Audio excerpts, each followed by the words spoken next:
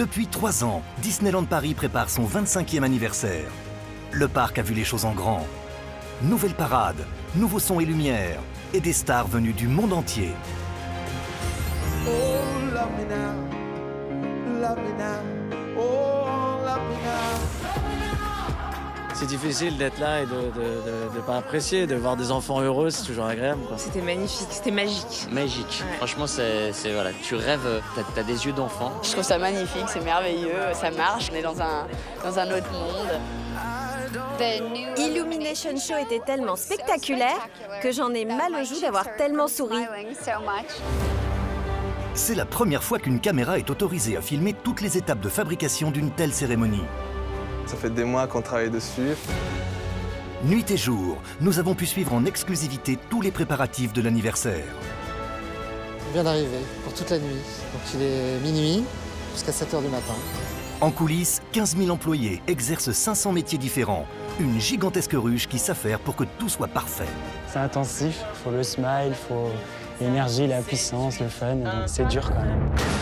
Nous avons assisté à l'inauguration très attendue de l'attraction Star Tour. Je suis un peu impressionné là. J'ai adoré, je suis surpris de seul à faire des ouh. C'est ça qu'on aime chez Disney, voilà, c'est du rêve.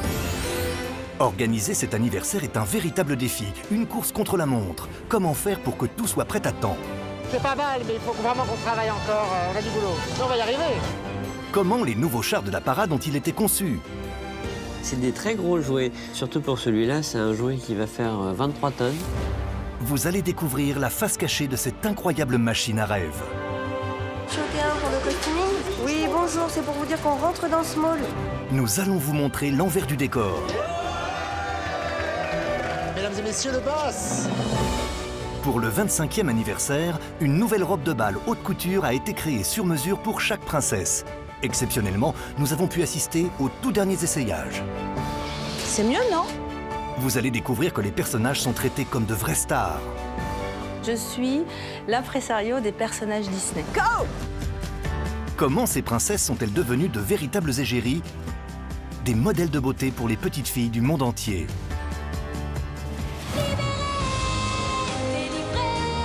Pourquoi, 4 ans après la sortie du film, la Reine des Neiges est-elle toujours indétrônable? Vous découvrirez comment, à la fin des années 80, la France a déroulé le tapis rouge à la Walt Disney Company. Welcome to Walt Disney Company. Retour sur toutes les peurs irrationnelles que le parc a fait naître. La France devient le 51e État américain, nos enfants vont devenir obèses. Il est bien loin aujourd'hui le temps des polémiques. Toutes les stars se font photographier dans le royaume de Mickey. Avec 14 millions de visiteurs par an, Disneyland Paris est la première destination touristique d'Europe. Il y a une professionnalisation poussée à l'extrême du divertissement. Dans les coulisses de l'attraction la plus célèbre et la plus ancienne du parc, nous avons rencontré la coiffeuse personnelle des poupées aux cheveux de laine. Vous découvrirez les secrets de l'architecture du parc. C'est pas pour être chauvin, mais le plus beau de tous les châteaux Disney, il est ici. Nous vous raconterons cette journée d'anniversaire comme si vous y étiez. J'ai versé ma petite larme, l'émotion me submerge. De voir tout d'un coup tout ce résultat avec ces milliers de visiteurs et d'énergie, c'est génial. Vous vivrez la folie des 25 ans de Disneyland Paris. Vraiment génial, c'était trop beau. Magnifique, oui, magnifique.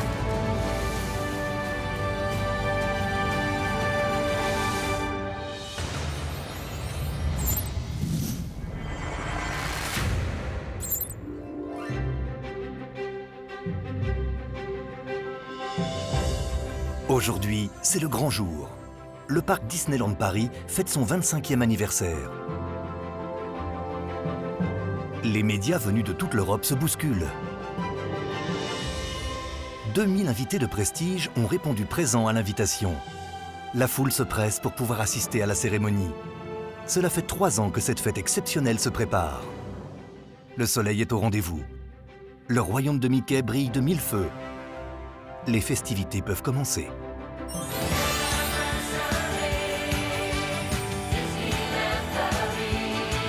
La danse joyeuse des personnages donne le là de cette journée magique qui promet d'être riche en surprises et en rebondissements.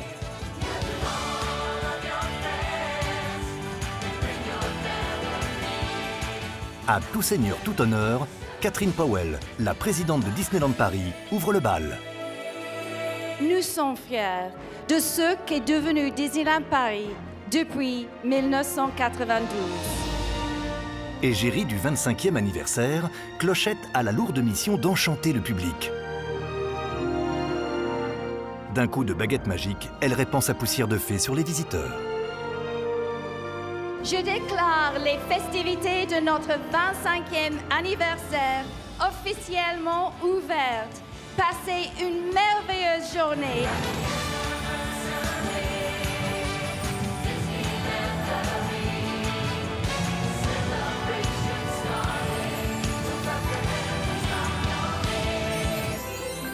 Dans quelques instants, les portes du château vont enfin s'ouvrir. La foule ne contient plus son impatience d'investir le parc mis en beauté pour cette journée spéciale. Les petites filles ont choisi leurs plus belles robes et en hommage au maître des lieux, les adultes se sont coiffés des célèbres oreilles. Aujourd'hui, les fans s'autorisent toutes les folies. Des chorales joyeuses s'improvisent.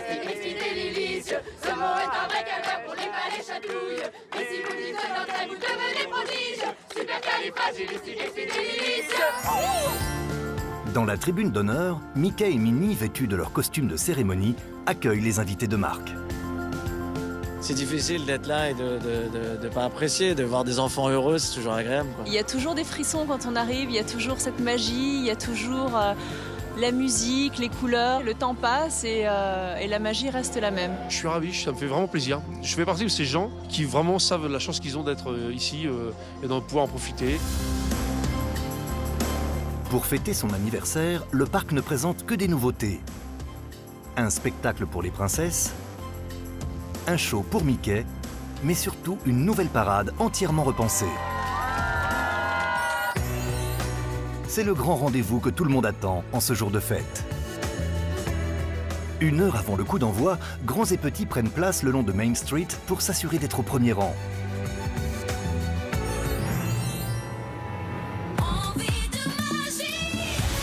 Enfin, le premier char apparaît.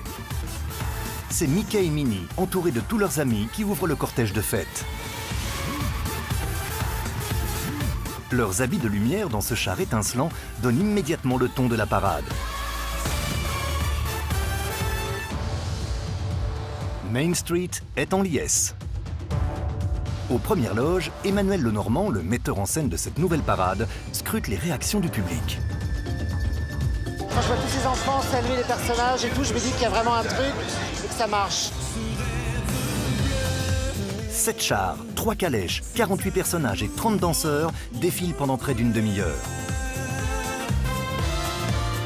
Les enfants ne savent plus où poser les yeux. Comme un feu d'artifice, les prouesses s'enchaînent. Des acrobates perchés au sommet du char Toy Story. Peter Pan suspendu dans les airs. Le capitaine Crochet apostrophant la foule du haut de son rocher. Un dragon articulé qui crache du feu. Et le bouquet final, c'est la Reine des Neiges. Anna et Elsa ferment la marche dans un tourbillon de flocons de neige. Olivier Dussautoir a dessiné tous les chars de la parade. Sa satisfaction est intense. Celui-là, ouais, il fonctionne vraiment bien. On a bien fait de le choisir en char de finale parce que avec les canons à neige, les visiteurs suivent et ils se retrouvent recouverts de neige. Je trouve ça assez rigolo que du coup le public fait partie du spectacle d'une certaine manière.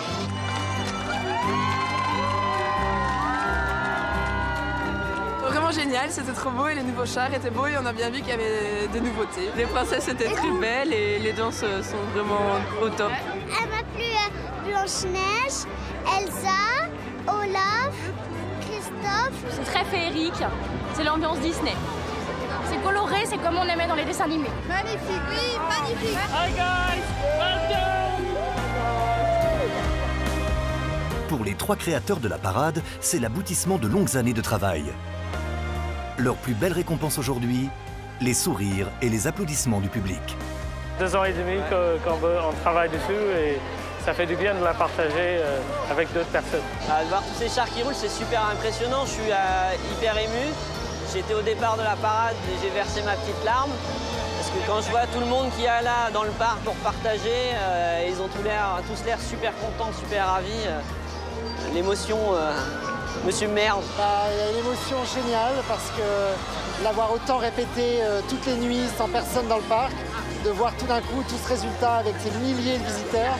En plus aujourd'hui le parc est blindé, il y a une énergie, c'est génial, c'est génial. Et tous ces visages avec ces sourires, c'est assez magique, c'est très émouvant.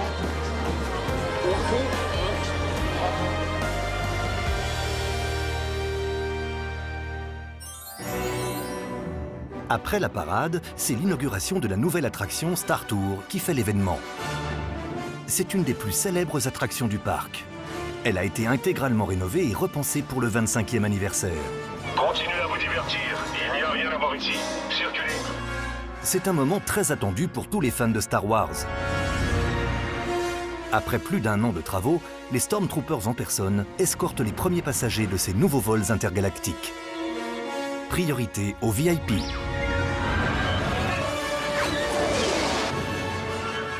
On y est, quoi. Je suis même pensé à me dire, est-ce que j'aurais pu être un pilote de vaisseau Et la réponse est non. C'était formidable, c'était incroyable. J'ai adoré. Je me suis surpris tout seul à faire des ouh. Je le voyais pas aussi grand, Dark Vador. C'est intimidant, fascinant. C'est ça qu'on aime chez Disney. Voilà, c'est du rêve. Parmi les invités, nous retrouvons un véritable fan de l'univers Star Wars. On peut y aller, on est autorisé à y aller. All right, proceed. Je suis un peu impressionné là. Ce jeune homme de 31 ans à l'allure adolescente pèse 10 millions d'euros. Co-fondateur du groupe média Melty, c'est un brillant chef d'entreprise, un geek de génie qui vient dans le parc plusieurs fois par mois. Star Tour, c'est une de mes attractions préférées depuis le tout début du parc, peut-être celle que je préférais. Et c'est vrai que j'attendais avec impatience qu'elle soit mise à jour, modernisée, avec les nouveaux Star Wars, avec les moyens modernes. Et c'est génial, du coup je vais la refaire plein de fois, je pense. Sur le parcours qui mène au vaisseau, les passagers sont immergés dans l'univers de la guerre des étoiles. Quoi que vous cherchiez, vous le trouverez sur ma vie. Attention, droïde aux commandes, que la force soit avec vous. Là, ils sont en train de raconter les fausses mesures de sécurité, histoire de rester dans l'ambiance le plus longtemps possible. On redouterait presque l'accident spatial.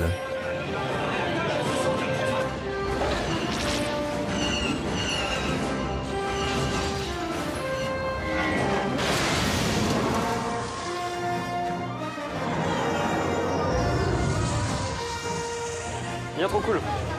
On va en faire 1, 2, 3, 4, 5 fois au moins. Voilà. Oh, c'est vraiment top. Chaque voyage dans Star Tour est un saut dans l'inconnu. Il y a 70 scénarios de vols différents.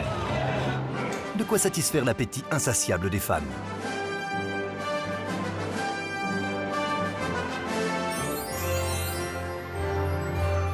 Mais la fête ne fait que commencer.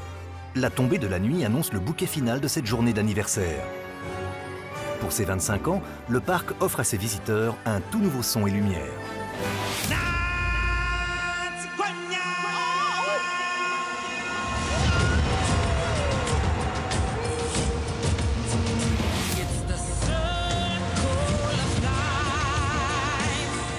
Sous les yeux émerveillés du public, le château de la Belle au Bois dormant s'embrase.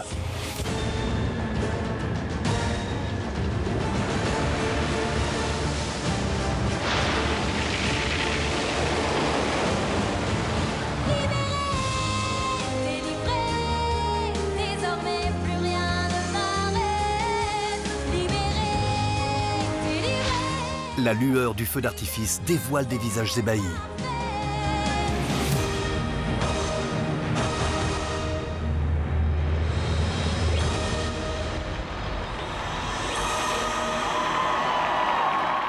Les spectateurs ne sont pas au bout de leur surprise.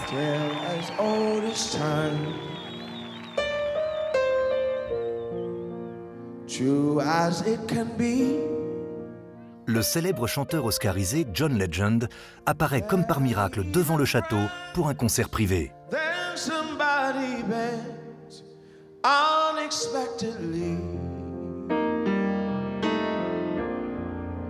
Just a little change.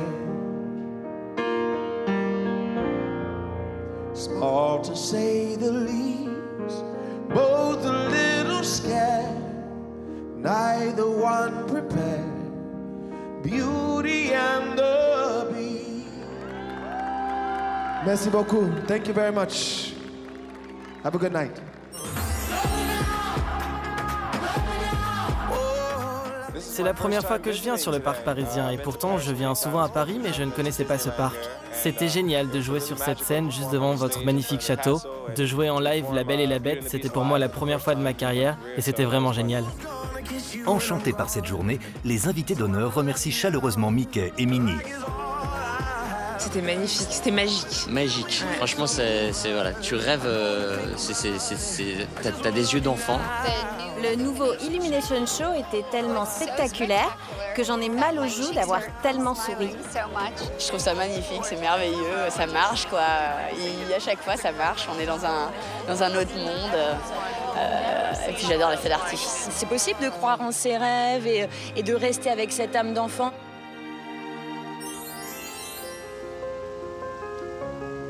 Cette fête, le parc la prépare depuis près de 3 ans. Nous avons eu la chance exceptionnelle de suivre en coulisses tous les préparatifs de cet anniversaire. 15 000 salariés ont travaillé nuit et jour dans le plus grand secret. Il a fallu attendre que le parc soit vide pour installer au clair de lune toutes les décorations, pour fleurir le parc et mettre en beauté les attractions. Mais la vraie prouesse technique, c'est la mise en place du spectacle nocturne. Qu'il pleuve ou qu'il vente, les équipes répètent chaque soir depuis 2 mois. Une régie ultramoderne se cache dans cette petite maison. C'est d'ici que le show est piloté. Le château devient l'écran de tous les rêves. Un véritable tour de magie, rendu possible grâce aux toutes dernières technologies. Avant de pouvoir créer les visuels et les projeter sur le château, nous avons dû réaliser un mapping, donc un modèle 3D du château, qu'on a ensuite projeté pour voir si toutes les images qu'on allait envoyer sur le château pouvaient se caler correctement par rapport à l'architecture du château, tout simplement. Par exemple, Julien, est-ce que tu peux nous montrer quelque chose? J'ai envoyé des couleurs sur le château, un état sur le château.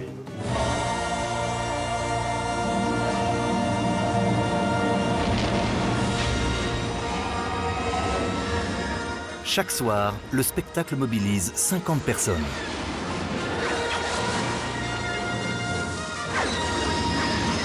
Tous les effets du spectacle sont lancés depuis la régie et tout est contrôlé à travers cette console. Nous avons 15 générateurs de flammes, 10 projecteurs de type Big Light. Nous avons aussi une quarantaine de fontaines avec des projecteurs LED incrustés, 4 lasers et tout plein d'effets qui sont contrôlés depuis la console que vous voyez devant vous.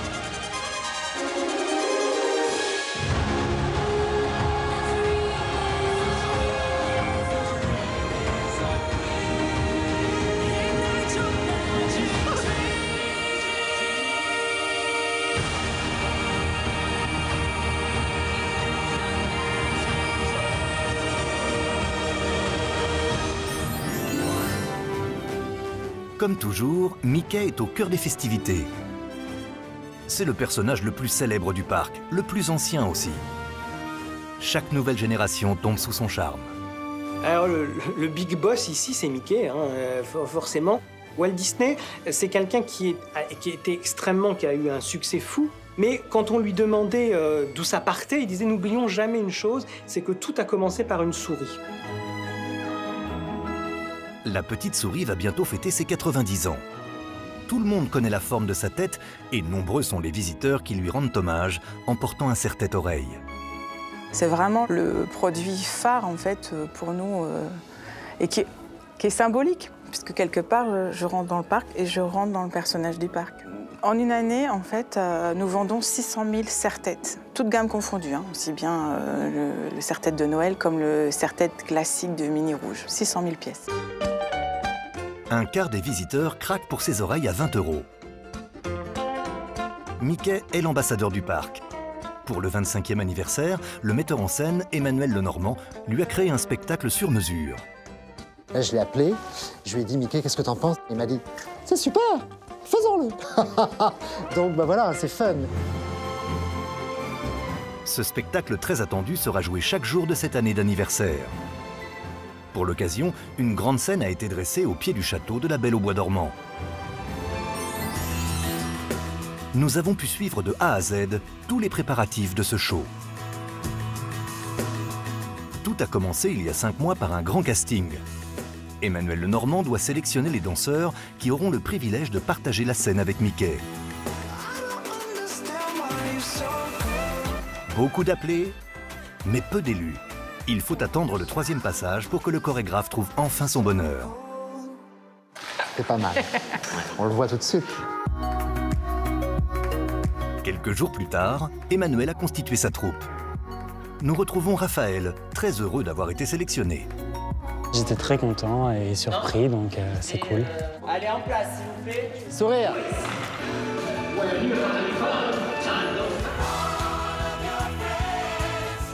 Les répétitions s'enchaînent et les danseurs comprennent vite que derrière le côté enfantin des chorégraphies se cache une exigence redoutable. C'est intensif, il faut le smile, il faut l'énergie, la puissance, le fun. Donc oui, c'est dur quand même. Et surprise, Mickey fait irruption dans le studio. Mesdames et messieurs, le boss! Bosser chez Mickey, c'est aussi avoir la chance de voir Mickey en survêtement.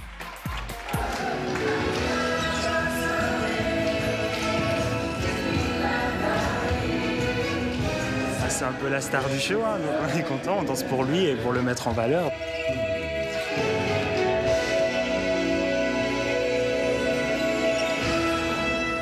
Yeah, bravo!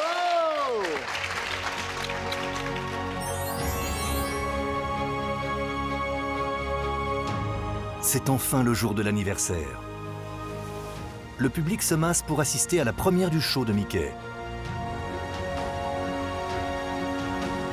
Le metteur en scène passe en coulisses pour rassurer sa troupe. Bon, tout le monde?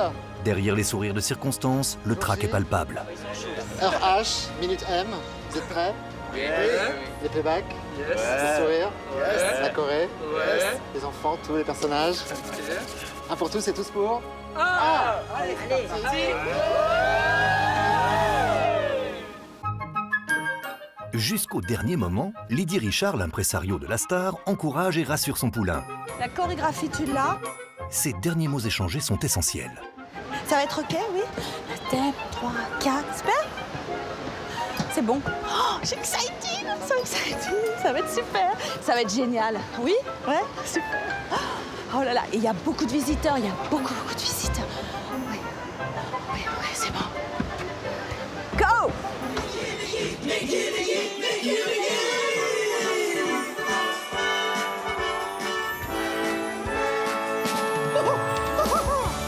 Bonjour tout le monde!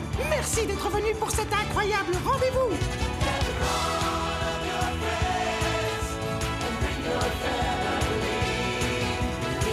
Un concentré d'énergie et d'humour. 13 minutes de danse effrénée. Joyeux anniversaire! Le public est comblé. Pari gagné pour Mickey et ses amis. Merci à tous pour cette belle surprise. Super spectacle, bonne énergie, l'escalier bien descendu. Je suis super contente. Euphorique, le metteur en scène relâche enfin la pression. Moi, j'arrête pas de souhaiter joyeux anniversaire depuis ce matin parce qu'il y a plein de collègues de... Voilà, on a tous 25 ans tout d'un coup. C'est formidable d'avoir 25 ans, surtout quand on a le double. Donc aujourd'hui, j'ai 25 ans, c'est formidable. Je suis très heureux. Dans les coulisses du parc, nous avons également suivi pendant plusieurs mois tous ceux qui ont conçu la nouvelle parade. C'est la première fois depuis 10 ans que le parc change entièrement son grand défilé.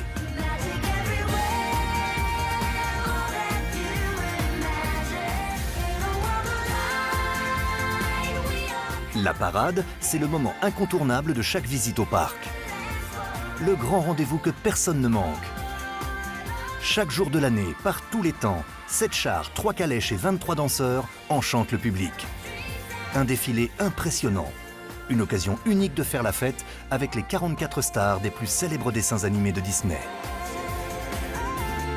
Nous avons eu le privilège de pénétrer dans les secrets du parc et d'assister à la création de la nouvelle parade. C'est un gigantesque projet qui mobilise 450 personnes et plus de 20 corps de métier. 9 mois avant l'anniversaire, notre premier rendez-vous a été fixé avenue La Belle au Bois dormant, bâtiment Mickey Mouse. Nous y retrouvons le créateur des nouveaux chars, Olivier Dussautoir, qui fait partie du club très prestigieux des Imagineers. Le terme Imagineur a été inventé par Walt Disney puisque c'est le mélange, la contraction de imagination et ingénieur. Donc en fait, on est là pour transformer des rêves sur le papier en réalité. Au tout début des préparatifs du 25e anniversaire, la Walt Disney Company lui a envoyé des dessins de chars. Sa mission, transformer ses croquis en engins fabuleux. Olivier travaille depuis plusieurs mois sur le char de la Reine des Neiges. Il n'y a pas juste l'aspect esthétique du char, mais il y a aussi comment on va le fabriquer, ce qui est possible de faire ou pas possible de faire. Donc là, il y a un long travail. En fait, c'est de transformer ce dessin en volume et de le rendre réel, en fait. La conception des dessins en 3D est une étape très importante. Viennent ensuite les premiers essais de couleurs. En fait, on est parti aussi de l'ambiance du film.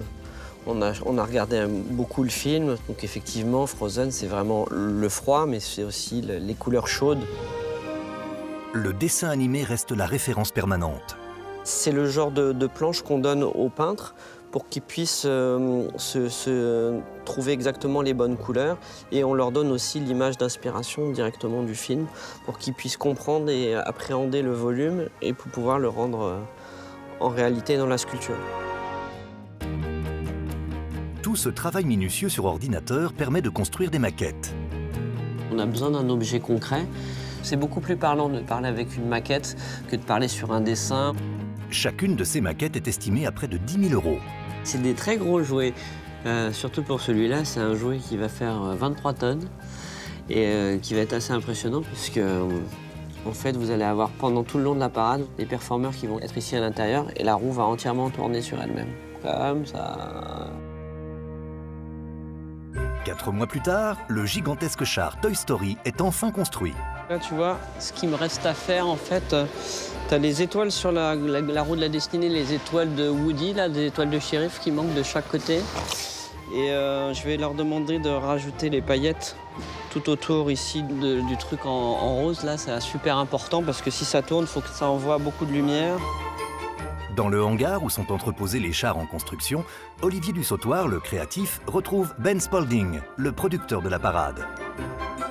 Je pense que ça va rendre super bien. Il ne faut pas que les enfants ils pensent que c'est un char, il faut que ça soit un vrai jouet. C'est un jouet géant. Olivier ne résiste pas au plaisir d'essayer son gros jouet. Hop là, ah, c'est parfait. Ah, c'est parfait, parfait. Bah, toute la tête va basculer, tu vois. Donc, tu vois, Woody va pouvoir faire coucou comme ça. Il est sage. Bon, bah parfait. Pour moi, c'est parfait. C'est parfait. Mais nous sommes à 5 mois de l'anniversaire et il reste encore 6 chars à terminer. Pendant ce temps, dans les studios d'enregistrement du parc, il se prépare une véritable révolution. Qui dit nouvelle parade, dit nouvelle chanson. Le titre Magic Everywhere, qui accompagne la parade depuis 5 ans, est un véritable hymne.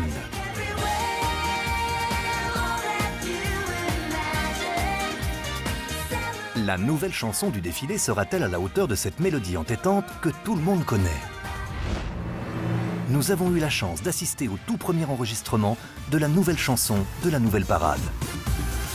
Envie de magie, grâce à la poussière de fée, oui, cherche-la.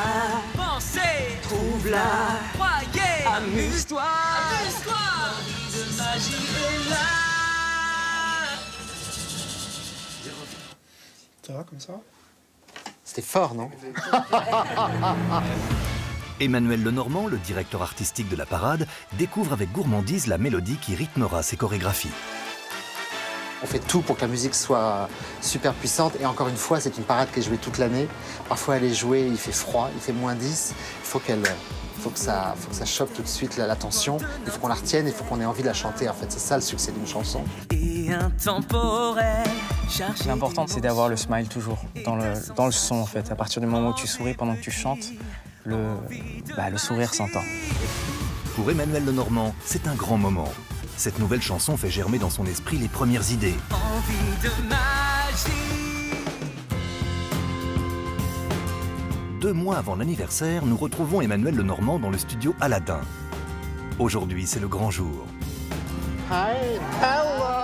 Il est là! Oh mon Dieu! Matt West, un des plus célèbres chorégraphes de Broadway. Il est venu spécialement des États-Unis pour aider Emmanuel Lenormand à composer la plus belle de toutes les parades. Les deux artistes doivent maintenant relever un incroyable défi. Créer en 10 jours une trentaine de chorégraphies, un fabuleux ballet qui encadrera les chars. On est enfermé dans ce studio, personne n'a le droit de rentrer parce que justement on a envie de garder la surprise.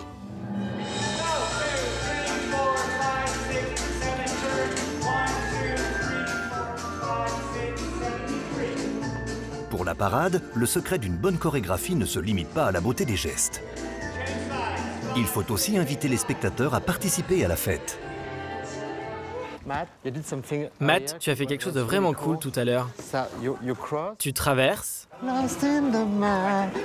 tu la lâches d'abord, la princesse va à la rencontre des enfants et après le prince la retrouve. Oui, c'est ça, va chercher le hot dog.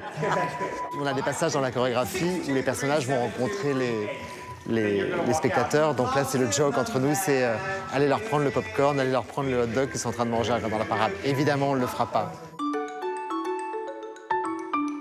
Parallèlement, l'atelier couture travaille également depuis de longs mois à la préparation des festivités. La nouvelle tenue de Mickey a mobilisé toutes les attentions. Mickey, c'est la star. Son habit de cérémonie doit être le plus beau. Nous avons surpris Mickey en visite dans l'atelier couture.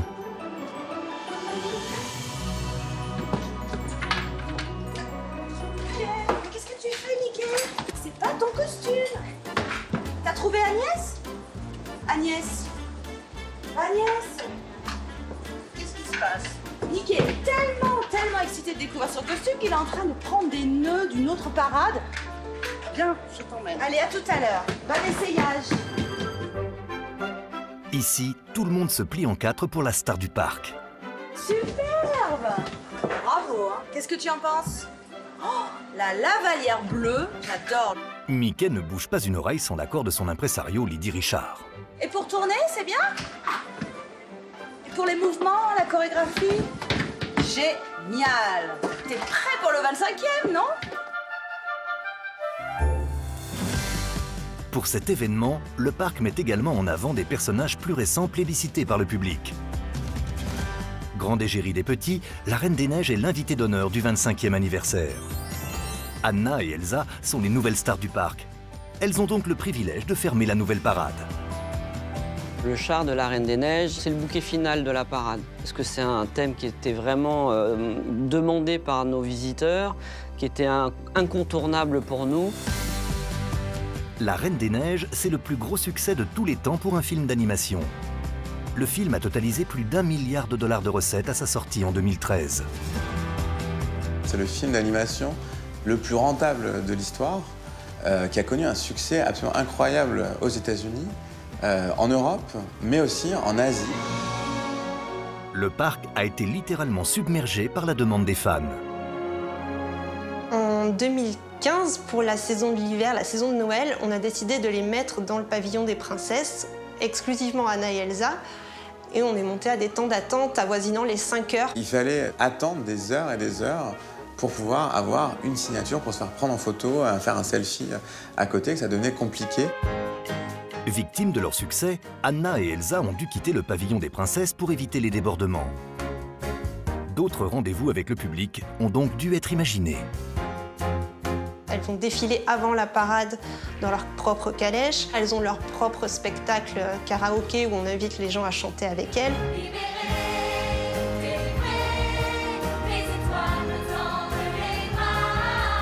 Toutes les petites filles rêvent de leur ressembler. Une des robes de princesse qui a été la plus vendue, en fait, c'est la robe d'Elsa. Nous en avons vendu jusqu'à 21 000 pièces en une année. Libérée, délivrée, je ne mentirai plus jamais. Libérée, délivrée, la chanson culte du film est devenue l'hymne de toute une génération. Anaïs Delva a été choisie pour faire la voix française d'Elsa. Cette jeune chanteuse n'en revient toujours pas d'avoir tiré le gros lot. La neige est reine, à son tour. Moi, j'avais très envie de faire une voix pour Disney depuis toujours, en fait, en tant que comédienne et chanteuse. C'est vrai que c'est quelque chose de génial. Mais j'y croyais pas trop, parce que c'est grand, en fait, Disney. On se dit toujours, on n'y aura jamais accès. C'est trop fou, c'est trop beau. Et du coup, quand ça est arrivé, j'étais extrêmement heureuse.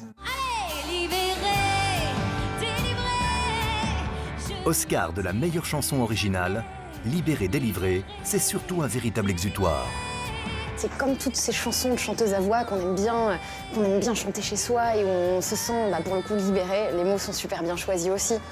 Libéré, délivré, c'est vraiment, ça correspond à la manière de chanter de la chanson. Ce qui est absolument génial, c'était le marketing à l'intérieur des paroles. La précision de ces paroles-là est absolument bluffante. On a l'habitude des chansons de princesse plutôt douces. Quand on pense à Un jour mon prince viendra, par exemple, ce genre de choses, on a quelque chose d'assez lyrique, classique, en voix de tête, très joli. Un jour, mon prince viendra. Un jour, on s'aimera dans son... Élodie Frégé et Alizé ont adoré chanter ces grands airs romantiques. Les rêves qui sommeillent dans nos cœurs, au creux de la nuit, habillent nos chagrins de bonheur, dans le doux secret de l'oubli. Et là, avec Libéré, délivré, on est dans complètement autre chose.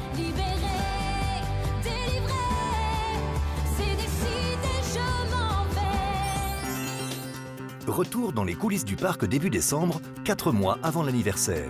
Au petit matin, nous avons assisté à une scène étonnante. Un convoi exceptionnel intrigant traverse les routes d'Île-de-France. Allez, oui, il m'en faut à gauche. C'est bon, vu ce qu'il y a comme distance. À son bord, un char en provenance du parc Tokyo Disneyland. Olivier Dussautoir et Ben Spalding attendent ce jour depuis de longues semaines. On attendait un petit cadeau de Noël en avance. J'ai hâte de déballer le cadeau. Un sacré gros cadeau livré en pièces détachées. Mais attention, objet fragile et précieux. Alors tu vois là, c'est en cours, hein, c'est pas complètement fini. La bleue, elle est magnifique. Ils ont commencé à repeindre le bleu, ça va être la base qui va faire l'eau. Donc après, il y a des motifs africains qui vont tout du long, mais on verra ça tout à l'heure. Hein, Allez hop, on y va. Mais l'urgence du jour, c'est le char Peter Pan. Jody Daly, célèbre directeur artistique consultant pour Walt Disney Company, est venu spécialement de Californie pour apporter son expertise. Car il y a un problème sur le rocher des enfants perdus. Les peintres ne parviennent pas à trouver la bonne couleur. C'est le plus important, hein, c'est ce qui donne la lumière du char. Jody a peut-être la solution. Il propose de rajouter des strass entre les pierres pour illuminer le rocher des enfants perdus. C'est comme de la poussière de fée. En random. Il ne faut pas que les strass aient la même taille, sinon c'est ennuyeux. Et il faut les disposer comme des éclaboussures, tu vois. Jody a trouvé la solution. La petite touche de féerie qui fera briller le char sous le ciel gris de Marne-la-Vallée. Moi, c'est la première fois que je fais une parade, donc il est un petit peu mon maître. T'es content? Très content, oui. C'est une super équipe. Le temps presse. Un à un, tous les chars rejoignent le hangar pour les dernières finitions. 3 semaines avant le 25e anniversaire, le fameux rocher a enfin rejoint les autres chars. Les équipes travaillent d'arrache-pied, les premiers essais-lumière commencent. Les dernières vérifications montrent que les engins sont prêts pour une première sortie dans le parc.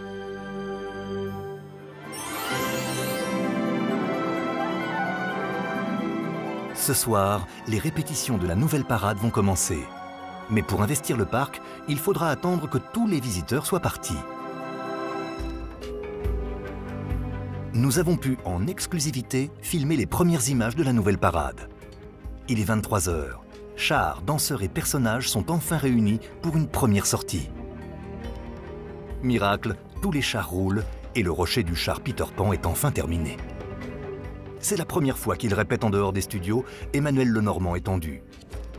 C'est le grand jour, ouais. C'est un grand moment parce que ça y est, ils sont tous là. Il y a les costumes, il y a les chars, il y a les effets spéciaux, il y a le maquillage, les coiffes. Et pour l'instant, ça se passe pas trop mal. Donc, Emmanuel suit fébrilement la parade. Il évalue chaque scène et note chaque erreur. Chaque pas est passé au crible de son œil expert. Le gros challenge dans une parade, c'est qu'il y a tellement de choses qui doivent fonctionner en même temps. Donc en gros, ça fonctionne, mais heureusement, on a encore 8 jours devant nous pour tout peaufiner. Sur Main Street, il retrouve Olivier Dussautoir et Ben Spalding. Les 3 créateurs de la nouvelle parade notent chaque petite erreur. Ils le savent, tout doit être parfait pour le 25e anniversaire. Une parade, le spectateur doit voir passer les chars. Il ne doit pas se poser de questions, on ne doit pas attendre, on ne doit pas être... voilà, il faut que ça passe devant vous d'une façon très fluide. Donc c'est pas mal, mais il faut vraiment qu'on travaille encore. On a du boulot. Mais on va y arriver. Les répétitions vont durer jusqu'à 7 h du matin. 2 heures plus tard, le parc réouvrira. Et comme chaque jour de l'année, près de 40 000 visiteurs pousseront la porte du royaume de Mickey pour une journée en immersion dans l'univers de Disney.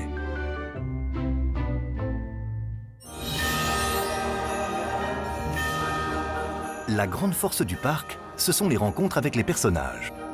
Il y a clairement un effet Père Noël avec les personnages Disney. C'est-à-dire que les enfants, et de manière plus étonnante, les adultes, viennent dans le parc pour voir les personnages, les characters, comme on dit dans le langage Disney. Quand on vient à Disneyland Paris, on ne veut pas simplement faire des attractions. Je pense que beaucoup d'enfants seraient extrêmement déçus si toutes les attractions leur étaient accessibles pendant la journée, mais ils n'ont pas vu les personnages.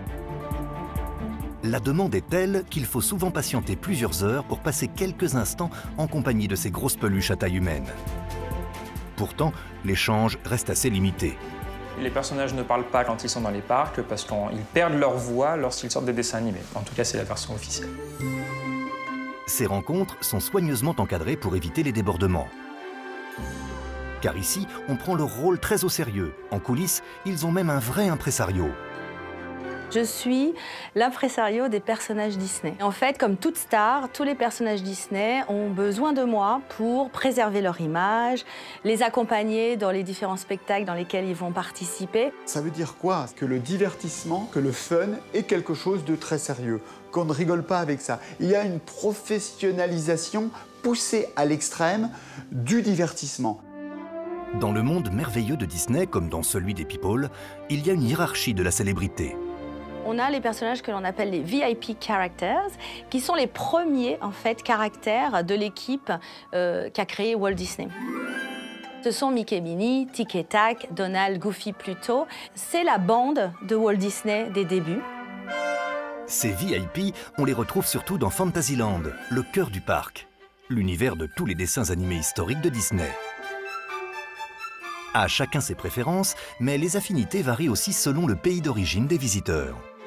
Je peux vous dire qu'en Italie, c'est Pinocchio qui est vraiment un des favoris. Donald est très à la mode en Allemagne. En Espagne, on adore Chip et Chop, donc Tic et Tac. Donc chaque pays a ses favoris. Pourquoi ces personnages de dessins animés créent-ils cette attirance magnétique? Quel est leur secret? Il y a ce qu'on appelle l'appeal d'un personnage, l'attrait d'un personnage. Et notamment, ça passe par l'exagération des émotions, l'exagération des expressions. Et pour exagérer ces expressions, notamment, on va exagérer les proportions, notamment celles du visage.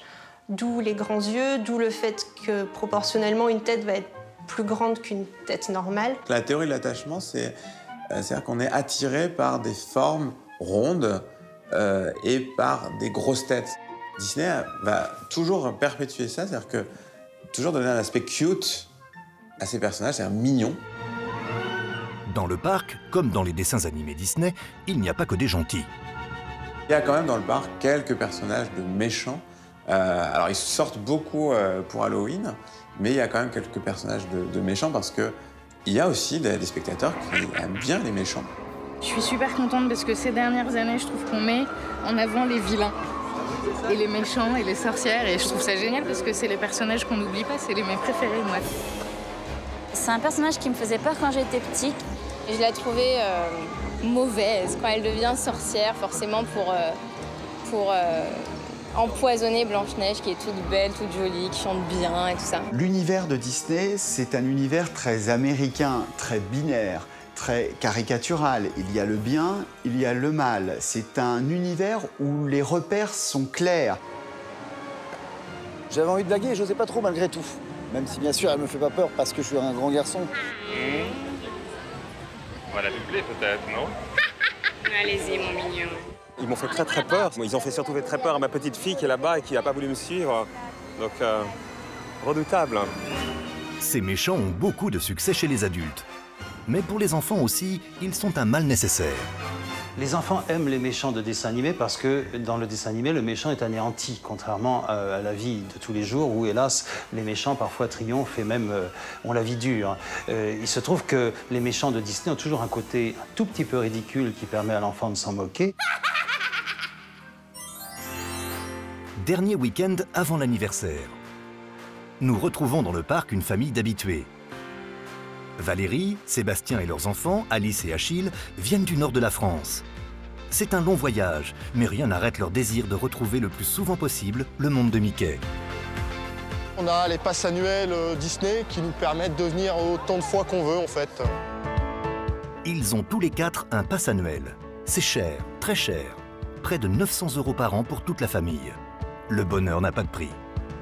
Rien ne vaut la magie Disney aussi, ça permet d'évacuer un peu les soucis quotidiens de la vie, on va dire. On oublie le quotidien, on oublie les tracas, c'est vraiment... voilà, on parle de rien, on oublie tout. Il est beau le château quand même. Ouais. On s'en lasse pas. Peut-être essayer de se mettre au milieu de la rue et je vais faire une photo de vous avec le château derrière. Les enfants connaissent le parc par cœur. Ils y viennent depuis qu'ils sont tout petits, au moins une fois par mois. J'aime bien aussi les décors dans le monde des poupées. Le monde des poupées. Le décor. J'aime bien, c'est aller voir tous les personnages, les princesses et tout ça. Alice est vraiment représentative de toutes les petites filles d'aujourd'hui. Une des grandes évolutions depuis la création du parc, c'est la présence accrue des princesses. Aujourd'hui, elles sont partout. Dans la parade, les shows, les restaurants. Elles ont même un pavillon pour recevoir leurs admirateurs. Chaque fois qu'une nouvelle princesse arrive au cinéma, le parc français est souvent l'un des premiers, parfois avant les autres, à la mettre en avant. On a créé des lieux, on a créé le Princesse Pavillon, c'était plus intimiste. Et là, aujourd'hui, on se rend compte que nos visiteurs veulent aussi les voir valser sur les scènes, veulent les voir sur des calèches ou sur des chars. Donc les princesses seront vraiment à l'honneur. Les princesses concurrencent aujourd'hui Mickey et ses amis. Elles font rêver les enfants et charment les parents. J'ai un petit fait pour les princesses en général, parce que quand je vois ces enfants émerveillés et qui confient leurs secrets aux princesses, je trouve que ça se quantifie pas, ça se prend pas dans une main et ça se transmet. Moi, ça me laisse toujours baba de se dire la magie que nos personnages peuvent procurer, quoi. C'est formidable. Au cours du 25e anniversaire, on va effectivement mettre en avant beaucoup nos princes et nos princesses qui font partie intégrante du succès du parc à thème. Pour célébrer l'anniversaire du parc, un spectacle a été créé sur mesure pour les princesses. Une valse étincelante pour sublimer leur grâce et leur beauté.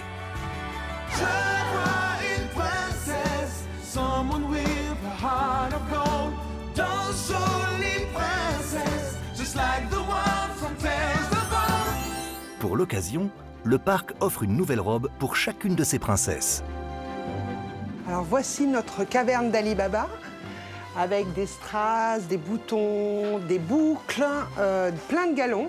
Beaucoup de galons, beaucoup de sortes de galons, de l'argenté, du pailleté. On a du fil à broder, on a différentes couleurs de paillettes roses, rouge, jaune. Des milliers de strass, des torrents de paillettes et des kilomètres de tissus ont été utilisés pour la création des nouveaux modèles. On travaille sur le 25e anniversaire à l'atelier depuis plus d'1 an. 45 couturiers, modistes et perruquiers ont été mobilisés pour que tout soit prêt le jour de l'anniversaire. On a embelli le costume traditionnel par des surjupes en organza avec des broderies, des strass. C'est haute couture, c'est pour que les petites filles ait l'œil attiré par les strass, qu'elle voit de jolies formes, de jolies princesses, spécialement pour cet anniversaire. À quelques semaines des festivités, nous avons eu le privilège de pouvoir assister aux derniers essayages de Tiana, l'héroïne de La Princesse et la Grenouille. C'est mieux, non? Oui. C'est mieux. Qu'est-ce que tu en penses, Tiana? J'adore. Je sais que Tiana adore, comme toutes les princesses et comme toutes les petites filles et les plus grandes aussi, les robes qui tournent, des robes avec des volants, avec du strass. Quand on tourne, c'est la magie qui prend vie. Toutes les petites filles vont craquer et vont avoir envie d'avoir la même robe, je pense. N'est-ce pas? J'en suis sûre. Ces robes de rêve, l'atelier couture les a fabriquées main dans la main avec le département des produits dérivés. Car toutes ces robes pleines de strass ont été déclinées en taille enfant. Rien ne se crée au hasard chez Disney. Les déguisements recouverts de paillettes sont exclusivement vendus dans le parc. Une raison de plus pour venir fêter l'anniversaire. En termes de costumes, nous voulons vraiment offrir une qualité en fait, de costume qui fasse waouh. Voilà, on veut du waouh effect. On veut pas... En fait, on veut que la petite fille fasse « Ah, je veux la robe ». On estime que 80% du public Disney sont des filles et des femmes. Hein, donc ça, c'est clairement une cible privilégiée. Les petites filles, c'est la cible privilégiée par Disney. Bonjour, Princesse Alice. Bienvenue à Princesse d'un jour. Comment tu vas? Bien. Tu es prête à devenir une vraie princesse? Oui. Alors la fée Clochette m'a dit que tu aimais beaucoup Blanche-Neige. C'est ta princesse préférée? Bah du coup, ta robe t'attend. Waouh, regarde. Superbe. Nous retrouvons Valérie qui a décidé d'offrir aujourd'hui à sa fille un moment exceptionnel. Elle a réservé l'atelier princesse d'un jour du Grand Hôtel du Parc. Elle est belle. Elle est belle, hein? T'es contente de cette surprise? On était déjà venus, tu te rappelles, et on t'avait dit un jour, on te l'offrira. En quelques coups de baguette magique et moyennant la somme de 120 €, Alice va se transformer en princesse. Le rêve commence. Pour le maquillage, je crois que je vais enlever mes lunettes. Alors du coup, pour la coiffure, je peux te faire des tresses ou un petit chignon de princesse. Qu'est-ce qui te ferait plaisir? Je sais pas. Alors si tu veux, vu que tu as les cheveux courts, je peux te faire 2 tresses en forme de couronne et un petit chignon derrière. Oui, ça te va? C'est un plaisir de la voir se faire chouchouter. C'est son moment, c'est pour elle, c'est... Voilà, c'est un cadeau. Ça tire? Non, ça va. Un grand moment de complicité entre la mère et la fille auquel les garçons ne sont pas invités. Sébastien a hâte de découvrir sa petite fille, mais il devra attendre car Alice veut que la surprise soit totale. Pour patienter, il accompagne Achille dans le parc. Allez Dumbo, on vole, on vole, on vole, on vole, on vole. Ouais! Regarde, il y a le chat de Alice. Alors, tu es prête pour le maquillage? Oui. Et est-ce qu'on pourrait faire le maquillage de Blanche-Neige? Alice veut des lèvres rouges comme une rose et un teint blanc comme la neige. Exactement comme dans le dessin animé. Tu ouvres les yeux à 3. 1, 2, 3. Et bibidi, babidi, bouh!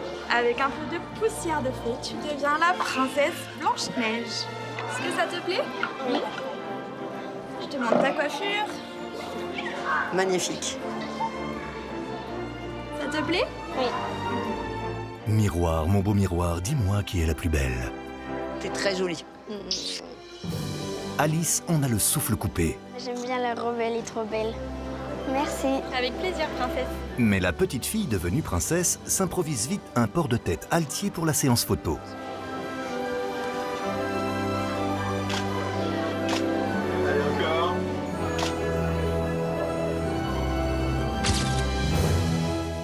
Des images qui resteront à jamais gravées dans sa mémoire. Allez, elle va arriver, hein. Et regarde pas, regarde pas, regarde pas. Faut la découvrir en dernière minute, Achille, d'accord? Dans le hall de l'hôtel, Sébastien et Achille patientent entre hommes depuis près d'1 heure. Le papa bout d'impatience de découvrir sa petite princesse. Plaisir, regarde mon papa. Alors, est-ce qu'elle est belle? Oui. Non, là, c'est franchement vrai. Submergé par la beauté de sa fille, Sébastien ne parvient pas à retenir ses larmes. Non, c'est franchement, ouais, c'est ouf. Tiens, tu veux des paillettes? Des paillettes. c'est ma fille en princesse, quoi. Bah, c'est pas que c'est pas la première fois que je la vois en princesse, je l'ai déjà vue en princesse, mais pas avec le maquillage, pas avec toute cette magie qu'il peut y avoir autour, la descente de l'escalier de l'hôtel Disneyland, tout ça qui fait que ça rajoute une émotion supplémentaire.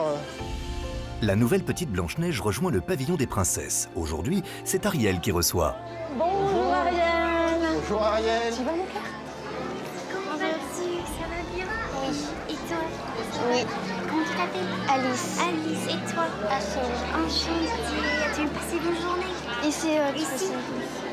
Alice savoure cet instant de complicité royale. Un grand moment pour toute la famille. Voilà, merci. Tu fais un câlin? Moi, merci. Moi, merci beaucoup, princesse.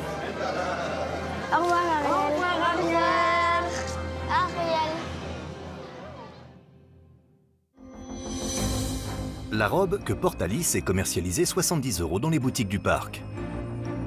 La gamme Disney Princess est née au début des années 2000, lorsque le groupe a compris qu'il pouvait gagner des fortunes en vendant les robes de ses égéries. Le responsable des produits dérivés de Disney assiste à Disney sur glace et il se rend compte que les jeunes filles viennent avec des robes de princesse. Sauf que ce n'est pas des robes de princesse Disney. Donc, il se dit, il y a quelque chose à faire là-dessus. Et donc, Andy Mooney, qui est chargé des produits dérivés, va avoir l'idée en 2000 de créer cette gamme Disney Princess. 11 princesses font partie du club très fermé des princesses Disney. Chaque nouvelle intronisation est mise en scène dans une cérémonie publique de couronnement. Mérida, l'héroïne de Rebelle, est la dernière à être entrée dans la famille royale. Je suis forte, je suis courageuse, je m'appelle Mérida et je suis une princesse.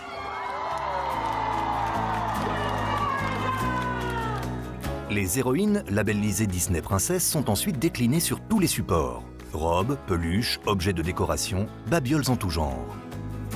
Et aujourd'hui, la gamme Disney Princess, c'est la gamme qui marche le mieux de tous les produits dérivés de Disney. Chaque petite fille doit pouvoir s'identifier à une princesse. Donc il y a une princesse brune, il y a une princesse blonde, une princesse rousse, comme Ariel. Mais il y a aussi une adaptation de ces princesses à toutes les communautés. Il y a la princesse d'Aladin. Si vous êtes une petite hispanique ou une petite fille issue d'Afrique du Nord, vous vous reconnaissez dans la princesse d'Aladin. Il y a la princesse afro-américaine, Tiana, dans La princesse et la grenouille, où toutes les petites noires américaines, comme les petites noires françaises, antillaises ou africaines, peuvent s'identifier dans Tiana. Les princesses font rêver les petites filles. Plus étonnant, elles font également rêver les adultes. Les adultes n'ont pas le droit de se déguiser dans les parcs parce qu'on ne peut pas contrôler leur comportement. Une princesse a une étiquette à suivre, hein, comme toute princesse. Maintenant, si un adulte décide de se déguiser en Cendrillon et à côté de ça, de se tenir mal ou ne serait-ce que de fumer une cigarette, forcément, l'image auprès du public général va être cassée. Le parc est un monde à part. L'exigence accordée à chaque détail, c'est l'essence même de l'univers Disney. Tout a été conçu d'une manière extrêmement réfléchie. Démonstration avec un expert. À partir d'ici, vous quittez le présent, vous entrez dans le monde de l'histoire, des découvertes et de la fantaisie éternelle. Voici la plaque qui est dans tous les parcs Disney depuis 1955, puisque ce sont les mots de Walt quand il a inauguré son tout premier parc. Et tout d'un coup, on était en France. Et là, maintenant, on est aux États-Unis, dans les années 1900. Et c'est pour ça que vous avez cette architecture, comme lui l'a connue dans les années 1900. C'est une version très romantisée. C'est la nostalgie de Walt Disney. Effectivement, il n'a pas grandi dans une ville qui ressemblait à ça, mais c'est tellement plus joli et tellement plus agréable. Toute cette architecture qu'on vous a recréée ici, c'est ce qu'on appelle l'architecture du réconfort, pour vous donner l'impression d'être dans une petite ville, mais sans vraiment vous enfermer dans une vraie ville.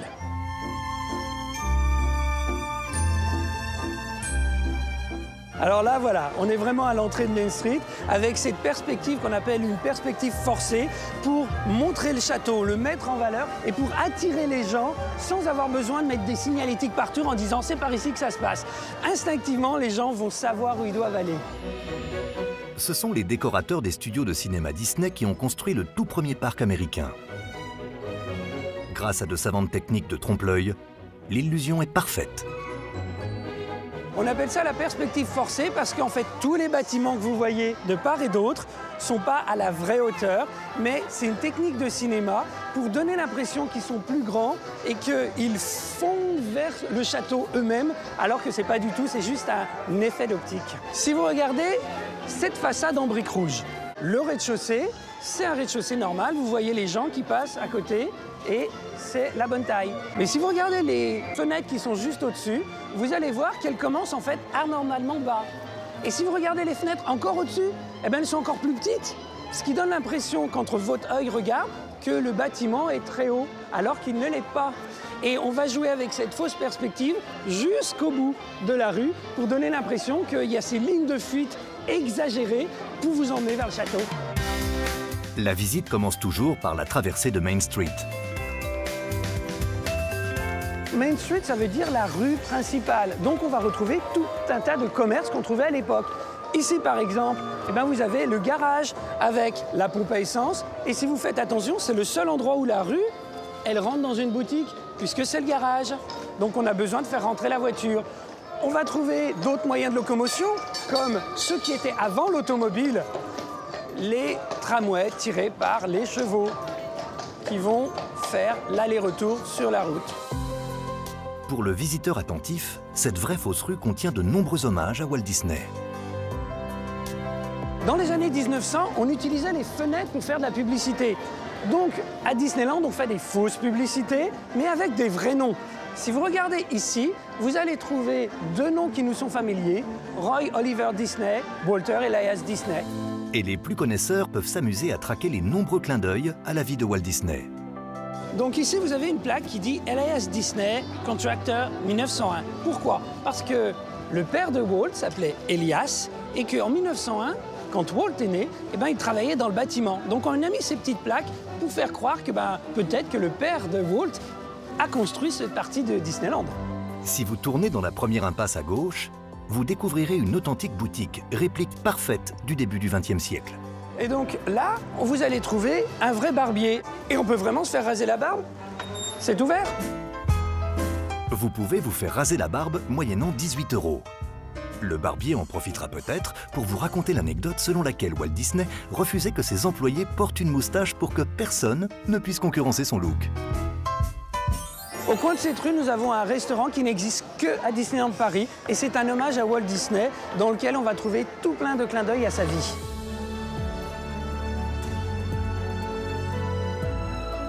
Donc nous sommes à Walt's An American Restaurant, qui est un hommage à Walt dans toute sa décoration, avec ici par exemple tout un tas de photos de sa carrière et de son enfance.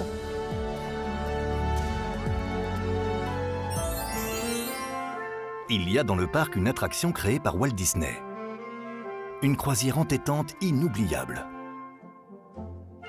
Un petit monde onirique que le parc soigne tout particulièrement en prévision de son anniversaire. Il est 6h45 exactement et on va aller travailler sur Small World pour remettre en état toutes les petites choses qui peuvent être à modifier ou à revoir. Vanessa est perruquière. 3 fois par semaine, avant l'ouverture du parc, elle rend visite aux poupées de la plus célèbre attraction, It's a Small World. Chaud T1 pour le costuming. Oui, bonjour, c'est pour vous dire qu'on rentre dans Small. Rentrer dans le petit monde des poupées sans aucun visiteur, dans le calme le plus complet, c'est vraiment une expérience exceptionnelle. Dans quelques heures, les 280 personnages s'animeront. C'est un voyage à travers toutes les cultures de la planète. Mais pour l'instant, Vanessa doit vérifier chaque poupée une à une. À l'approche du 25e anniversaire, tout doit être parfait. Ils se sont fait une petite mise en beauté, nouveau costume, nouvelle perruque, et donc du coup, elles sont très jolies. Vanessa exerce un métier qui n'existe nulle part ailleurs. Pour rien au monde, elle ne céderait sa place. C'est des poupées que j'affectionne particulièrement, effectivement. J'essaye d'y mettre vraiment toute ma passion. Avec le soin d'une coiffeuse de star, la jeune femme égalise les cheveux des poupées. Et oui, leurs cheveux poussent, car la texture de la laine se modifie de jour en jour. C'est un privilège et c'est surtout un moment qui est très agréable le matin. Je vais pas dire de partage parce qu'il ne me parle pas, mais c'est vraiment un moment où je peux vraiment m'épanouir dans mon métier. La visite se termine toujours par les petites Parisiennes. Elles sont un petit peu décoiffées. Bon, elles ont beaucoup de mouvements, donc c'est normal. C'est quand même la Tour Eiffel, c'est notre French Cancan, donc c'est quand même des poupées qui sont très regardées et je pense plutôt très appréciées au niveau de nos visiteurs. Et la Tour Eiffel, elle est là, Alice. La Tour Eiffel, elle est là.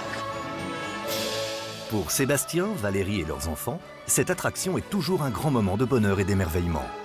Regarde le tapis volant. Ouais, waouh. Aladdin. Il y a même le génie. Ouais, le génie de la lampe. À chaque visite, c'est toute la petite famille qui s'amuse à repérer les nouveautés. Et regardez, ils ont rajouté des motifs sur le rhinocéros. T'as vu les girafes? Ouais. Et le plus beau pour la fin. Qu'est-ce que c'est beau ici?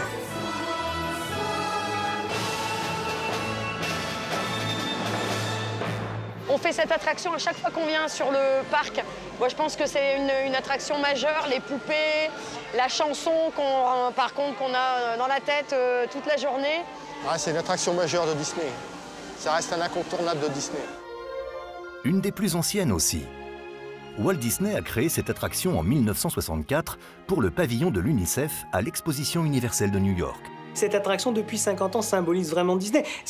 Qu'est-ce que c'est, It's a Small World? C'est une croisière autour du monde où tous les enfants chantent à l'unisson. Chacun dans sa langue, et pourtant on se comprend tous parce qu'on chante la même chanson. Il n'y a pas de plus joli message que ça. Cette attraction va devenir la star de l'Exposition universelle. Au moment du démontage, Walt Disney comprend qu'il serait bien bête de s'en séparer. It's a Small World va être installé de façon permanente dans le parc Disneyland. Aujourd'hui, cette attraction existe dans tous les parcs Disney du monde. La musique entêtante qui accompagne la croisière enchantée est en grande partie responsable du succès de l'attraction.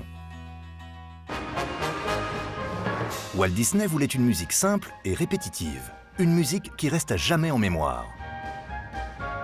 Ce sont les compositeurs stars des studios Disney, les frères Sherman, qui ont trouvé la formule magique.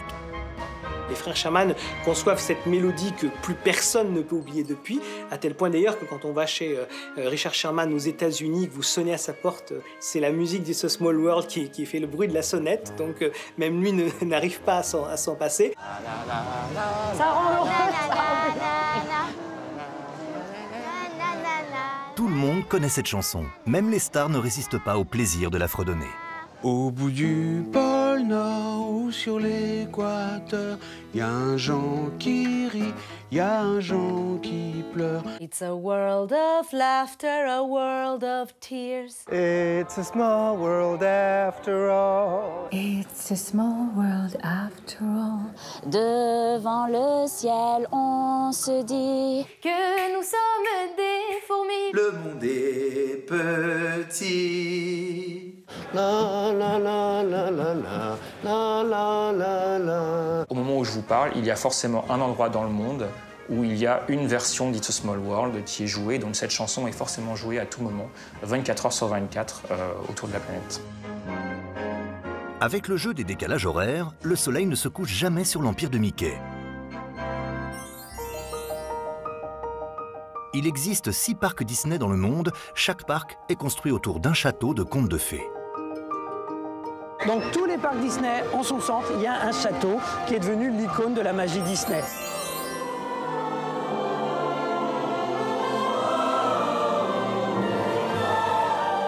Mais ici, la magie ne doit jamais rien au hasard. Le parc est conçu de manière très intelligente autour d'une place centrale avec le château au milieu pour que les visiteurs puissent se repérer très aisément. Walt Disney tenait beaucoup à cette architecture en étoile. Tout part du château et tous les chemins mènent au château. Partout dans le monde, dans chaque parc, c'est le même principe. Donc il y a un château de la Belle au Bois dormant en Californie, qui est très différent de celui qu'on a ici. Il y a un château de Cendrillon qu'on peut trouver en Floride, qu'on trouve au Japon. Il y a maintenant un château des princesses qu'on trouve à Shanghai. le château est toujours l'emblème du parc. C'est un processus initié par Walt Disney de son propre temps, qui était que finalement, tout peut bouger, sauf le château, qui doit toujours être là au milieu et qui reste comme un signe intangible d'un parc qui est là maintenant depuis 25 ans, mais qui doit donner l'impression d'être là depuis toujours. Pour le parc français, la pression était énorme. Les Américains ont des visions plus fantasmées des châteaux, parce qu'ils n'ont pas de point de référence dans leur pays à eux. L'idée des imaginaires américains, c'était on est en France, on est à quelques centaines de kilomètres des vrais châteaux de la Loire, il faut qu'on fasse un château beaucoup plus beau que les parcs américains et japonais. Il aurait été impensable de construire au pays de François Ier un château de carton-pâte sans aucune référence historique. Ils sont allés visiter les châteaux de la Loire, ils sont allés au Mont-Saint-Michel et ils ont fait une réinterprétation d'un château, mais d'un château de conte de fées. De nombreux détails font référence à la tradition française. Les tuiles bicolores rappellent celles des hospices de Beaune. Les escargots sculptés sur les tours font référence à notre gastronomie. Pour cette construction, les Américains se glorifient d'avoir fait appel à l'excellence française. Tout ce qui est en or, c'est vraiment de la feuille d'or. On a une personne ici avec de la feuille d'or et un petit pinceau qui va appliquer la feuille d'or une à une. Les tapisseries qui ornent l'intérieur du palais de la Belle au Bois dormant ont été tissées à Aubusson, dans le respect de la grande tradition artisanale. Et ce n'est pas tout. On a eu un maître verrier qui est sorti de sa retraite, quelqu'un qui a travaillé sur la rosace de Notre-Dame par exemple, et qui est venu faire les vitraux de façon traditionnelle. La couleur du château a également été minutieusement réfléchie. Il a plusieurs teintes de rose, plus sombre à la base et plus clair à la tête. Comme ça, on a l'impression qu'il est plus grand qu'il n'est en réalité. Mais surtout, cette couleur rose a été choisie pour égayer le ciel, souvent bien gris de la région parisienne. C'est pas pour être chauvin, mais le plus beau de tous les châteaux Disney, il est ici. Tous les visiteurs traversent le château, mais peu d'entre eux savent qu'il est habité. Le secret aussi de notre château, c'est qu'on est le seul château à avoir une grotte souterraine, une caverne, dans laquelle on garde un énorme dragon.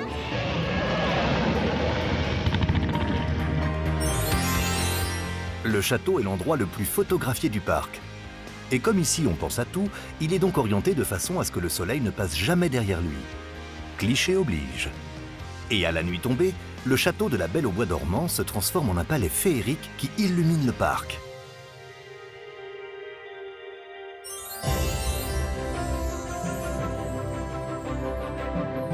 Disneyland Paris est aujourd'hui la première destination touristique d'Europe.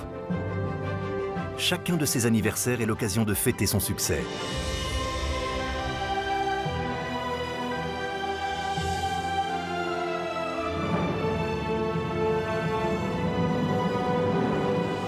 Disney a compris qu'il fallait instiller dans son parc une culture de l'événementiel. Ça ne suffit pas d'être un parc qui ouvre le matin à telle heure, qui ferme à telle heure et qui propose la même routine à son public.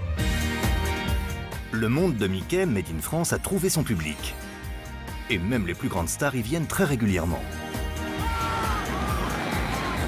De voir des enfants sourire ou rire ou avoir les yeux émerveillés, c'est toujours fabuleux. C'est plein de moments magiques parce que quand on vient ici, on redevient un peu gamin. J'avais amené la première fois mon fils quand il avait 5 ans à Disneyland à Los Angeles. Et puis bon, j'ai fait à peu près tous les parcs d'attractions Disney dans le monde. Et pourtant, l'histoire de la création du parc a été semée d'embûches et de conflits. Tout commence au début des années 80, quand la Walt Disney Company lorgne sur le vieux continent. Les 350 millions d'Européens représentent un marché potentiel monumental. La décision est donc prise d'implanter un nouveau parc en Europe. Donc il y a vraiment des centaines et centaines de sites qui sont évalués, potentiels, et au final, la Walt Disney Company en retient 2. Un site près de Barcelone et un autre en France, près de Marne-la-Vallée. L'Espagne a un atout énorme, le soleil. Mais la France est prête à tout pour séduire la Walt Disney Company. Les dizaines de milliers d'emplois que créerait l'implantation du parc font rêver. Laurent Fabius, qui est Premier ministre, a besoin absolument d'annoncer des bonnes nouvelles. On est vraiment dans une période noire, de récession extrêmement importante. Les négociations entre la société américaine et l'État français s'engagent et un premier accord est signé en décembre 1985. C'est un projet, vous savez, que tout le monde nous enviait, nous disputait.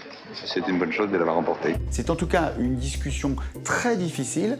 Du côté des Américains, on négocie durement. Le président Mitterrand le disait lui-même, il le disait on a l'impression que les Américains sont nos alliés. Non, il y a une guerre avec les Américains, c'est une guerre commerciale, c'est une guerre sans mort. Et encore, disait Mitterrand, les Américains sont très durs en affaires. Donc ils vont obtenir que le RER A soit prolongé jusqu'à Marne-la-Vallée.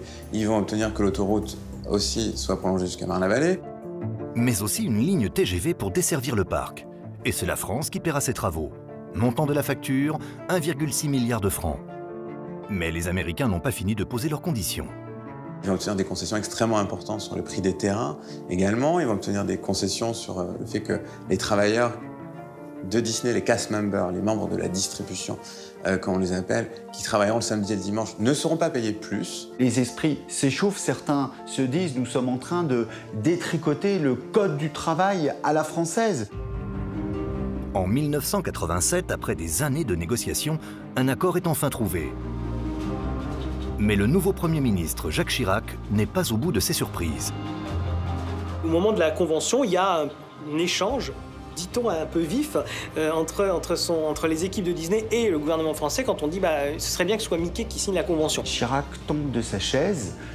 Imagine-t-on Mickey à Matignon? Jacques Chirac refuse que Mickey franchisse les portes de Matignon. Welcome to Walt Disney Company. For the best. Le Premier ministre invite de nombreux journalistes pour médiatiser la signature de l'accord historique entre l'État français et la Walt Disney Company.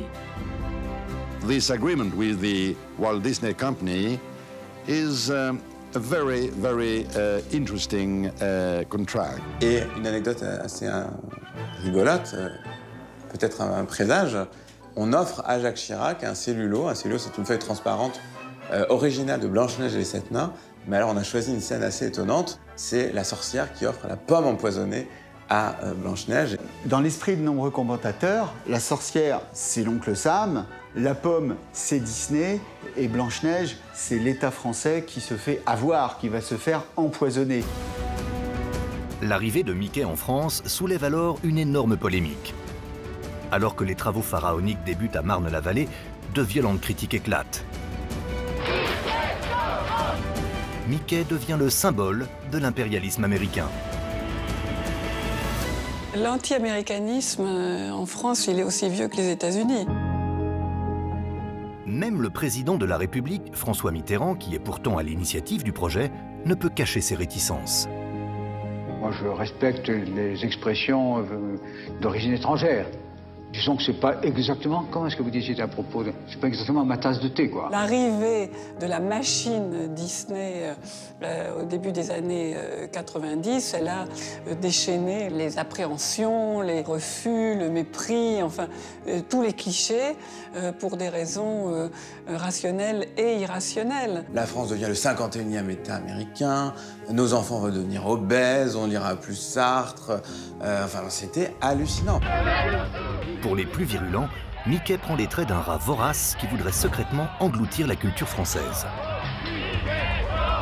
Certains parlent d'un Munich culturel. Munich 1938, c'est le moment où la France et l'Angleterre cèdent face aux nazis. Malgré ce scénario catastrophe relayé dans les médias, les Français n'ont pas peur.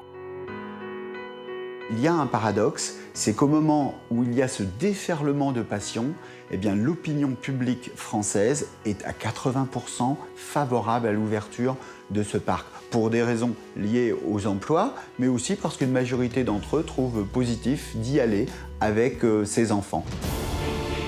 4 ans de travaux plus tard, les critiques se sont tues.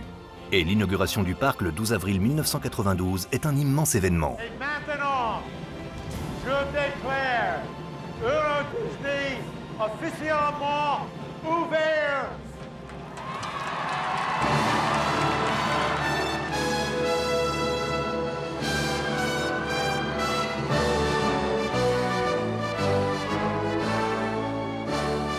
Il il est bien loin le temps des polémiques. Aujourd'hui, le parc fait totalement partie de notre paysage culturel.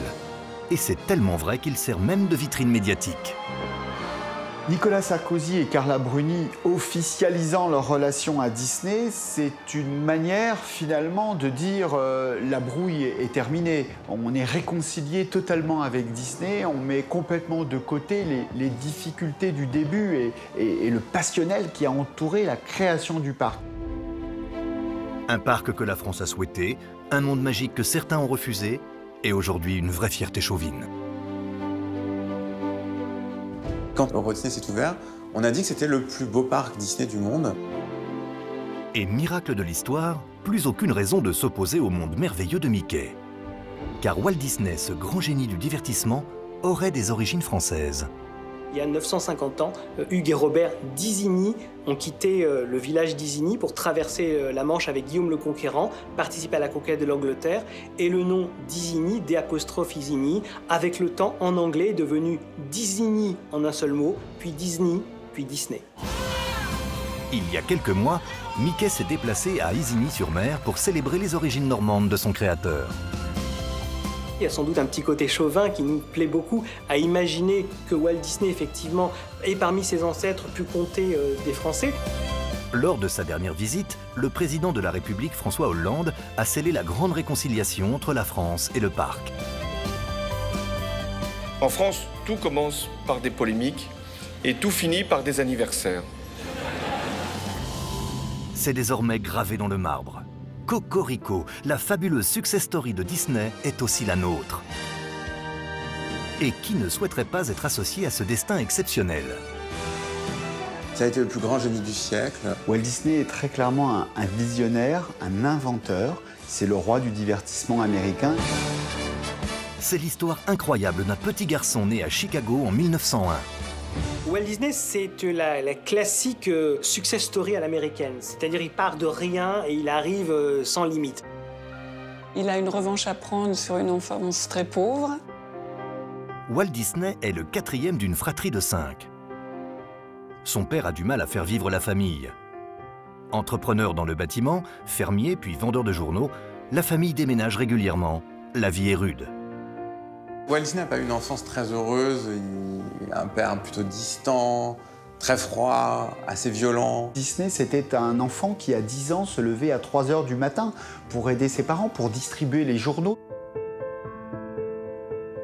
Walt Disney a pris la plus grande fessée de sa vie lorsqu'il était petit parce qu'il a, un jour où son père était parti au champ, il a dessiné sur les murs de la maison ses premiers dessins d'enfant. Et lorsque le père est revenu, il a vu ça et Walt Disney a dû lui promettre qu'il ne deviendrait jamais artiste. Promesse heureusement qu'il n'a pas tenue. Mais Walt Disney rêve sa vie en grand. Le dessin et le cinéma le passionnent. À 20 ans, il prend un aller simple pour Hollywood. Quand Walt Disney part à Hollywood, appelé par son frère, qui l'encourage à partir, il a 100 $ en poche. 100 $ d'alors, c'est plus qu'aujourd'hui, mais enfin, c'était quand même pas de quoi voir venir. Quand il fonde la Walt Disney Company qu'on connaît aujourd'hui, c'est une start-up, il a 20 ans. Hein, il a 21 ans quand il fonde ça avec son frère. Il fonde ça dans le garage de leur oncle, donc exactement comme aujourd'hui, on lancerait une start-up technologique dans un garage. Très vite, Disney invente le personnage de Mickey. Cette drôle de petite souris va bouleverser le monde entier. Mickey est la vedette du premier dessin animé parlant de l'histoire, Steamboat Willie. Mickey, ça va être le premier dessin animé avec du son synchronisé. C'est distribué en 1928 à New York, dans un petit cinéma, et ça va être un succès absolument colossal qui va lancer Disney. La voix de Mickey, c'est celle de Walt Disney. Le jeune homme de 27 ans veut conquérir le monde. Ce petit personnage, il a toutes les valeurs que Disney veut continuer à faire. C'est un petit personnage enthousiaste, c'est un personnage positif, il gagne. Mickey fait rire le monde entier. Au début des années 30, grâce à la production de courts-métrages, les studios Disney sont une entreprise florissante. Mais Walt Disney rêve déjà d'autre chose. Walt Disney, en 1934, un soir, il réunit son équipe, et là, il les fait venir. Il monte sur scène et il va mimer tous les personnages de Blanche-Neige et il annonce, à la grande surprise de son équipe, que ce sera un long métrage d'animation. Et là, très honnêtement, personne n'y croit. Personne ne s'est jamais lancé dans un long métrage d'animation. Walt Disney s'engage à corps perdu dans son projet. Évalué à 500 000 $, le budget sera finalement d'1,5 million. Walt Disney y investit tout son argent et s'endette énormément. Sa famille lui disait qu'il ne s'en sortirait jamais. Bon, ça a été un succès planétaire. C'est plusieurs millions de dollars de recettes. 8 millions à l'époque, mais aujourd'hui, ça se chiffrerait en dizaines de millions de dollars. Blanche-Neige est un chef-d'œuvre tellement exceptionnel qu'un Oscar d'honneur très spécial lui est décerné. Une statuette pour Blanche-Neige, suivie de 7 petites pour les nains. Walt Disney est toujours le cinéaste le plus oscarisé de l'histoire du cinéma. C'est l'homme aux 22 Oscars. C'est le record absolu des Oscars, Disney. 22 Oscars pour son œuvre, pour la totalité de son œuvre. C'est finalement le plus grand cinéaste américain. Je crois qu'on ne peut pas nier que Walt Disney est une forme de génie. Dans son domaine, à la fois la création et les affaires, oui, c'est un génie. Walt Disney a révolutionné le cinéma d'animation. Mais il a également révolutionné la société en réinventant le loisir familial. Aujourd'hui, les parcs Disney aux États-Unis, c'est une institution. C'est même un passage obligé pour tous les présidents américains. Bonjour tout le monde. Je suis très heureux d'être à Disney World. Le royaume magique. Près de 60 millions de visiteurs y sont allés l'année dernière. C'est un classique de la culture américaine. Quand on demande aux Américains c'est quoi leur rêve de vacances, ils sont 75% à répondre « aller dans un parc à thème ». 75%. Ce que réussit Disney, c'est de proposer aux Américains une sorte de prêt-à-porter du loisir. Et il permet aux Américains de se dire, eh bien, nous avons quelques jours à passer en famille, eh bien, c'est très très simple, nous allons dans le parc d'attractions Disney. Il y aura tout à notre disposition.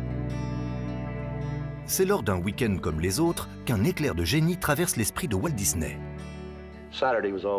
Quand mes filles étaient petites, tous les samedis, c'était le seul jour de la semaine où je pouvais passer du temps avec elles. Alors je les emmenais parfois dans des manèges. Et puis un jour, j'étais assis sur un banc, en les attendant, en train de manger des cacahuètes. Et c'est là que je me suis dit, il faut que je trouve une idée pour qu'on s'amuse ensemble. Et son idée naît, comme beaucoup d'idées, de cet ennui originel. Et c'est là que j'ai eu une idée. Je me suis dit, il faut vraiment construire quelque chose où les parents et les enfants pourraient s'amuser, mais ensemble. Et c'est comme ça que l'idée de Disneyland a commencé à germer dans ma tête. Walt Disney achète une orangerie d'une 60aine d'hectares au sud de Los Angeles. Le budget enfle, mais Walt Disney y croit dur comme fer. Il va hypothéquer sa maison. Il va accepter de faire une émission de télé sur ABC pour financer aussi le parc à thème parce que son frère n'y croit pas. Et quand Walt Disney va voir des banquiers, son frère a été dire aux banquiers, vous lui dites non, on ne finance pas ce parc à thème. Pour trouver les 17 millions de dollars nécessaires à la construction de son parc, Walt Disney signe un contrat avec la chaîne de télévision ABC. Ah, te voilà, Clochette. Il se fait violence et accepte de jouer les présentateurs. L'audience est énorme, un quart des Américains regardent ses émissions. C'est pour Walt un outil fabuleux pour la promotion de son futur parc. Et le 17 juillet 1955, c'est enfin le grand jour. Bienvenue dans cet endroit merveilleux. À tous ceux qui aiment Disneyland, cet endroit est à vous. C'est un événement national retransmis à la télévision. Mais rien ne se passe comme prévu. 10 000 invitations ont été distribuées, mais le parc est envahi par près de 30 000 personnes. C'est une journée extrêmement chaude en Californie. L'asphalte même des trottoirs de Main Street, la rue principale, fondée. Et les dames avec leurs talons aiguilles commencent à s'enfoncer quand elles marchent et qu'elles attendent trop dans les files d'attente, puisque les files d'attente sont immenses. Le parc est ouvert pour une certaine capacité et on a prévu que 5 fontaines à eau et 5 toilettes dans tout le parc. Certaines attractions tombent en panne. L'inauguration est catastrophique. Pourtant, dès le lendemain, des milliers de personnes se présentent à la porte de Disneyland. En à peine 2 mois, Disneyland enregistre déjà 1 million de visiteurs. C'est un succès colossal. Ce monde, façonné à l'image de ses rêves, devient le refuge de Walt Disney. Il avait fait aménager dans Main Street un petit studio qui lui permettait de dormir sur place, et le matin, quand le soleil se levait, avant qu'on ouvre le parc, il se promenait dans son parc vide. Je crois que c'est les photos où il est le plus heureux. C'est l'homme qui a réalisé un rêve d'enfant. Vous imaginez, je me balade dans Main Street, c'est ma Main Street, je suis dans le château, c'est mon château. Ces photos-là de Walt Disney, il est lumineux, moi je trouve que ce sont les plus belles photos de Walt Disney. Depuis la création de Disneyland Paris en 1992, 320 millions de visiteurs sont venus dans le parc, soit l'équivalent de près de 5 fois la population française. Tous ces visiteurs font le parcours que Walt Disney avait imaginé. Ils traversent Main Street, se prennent en photo devant le château et chaque soir applaudissent la parade.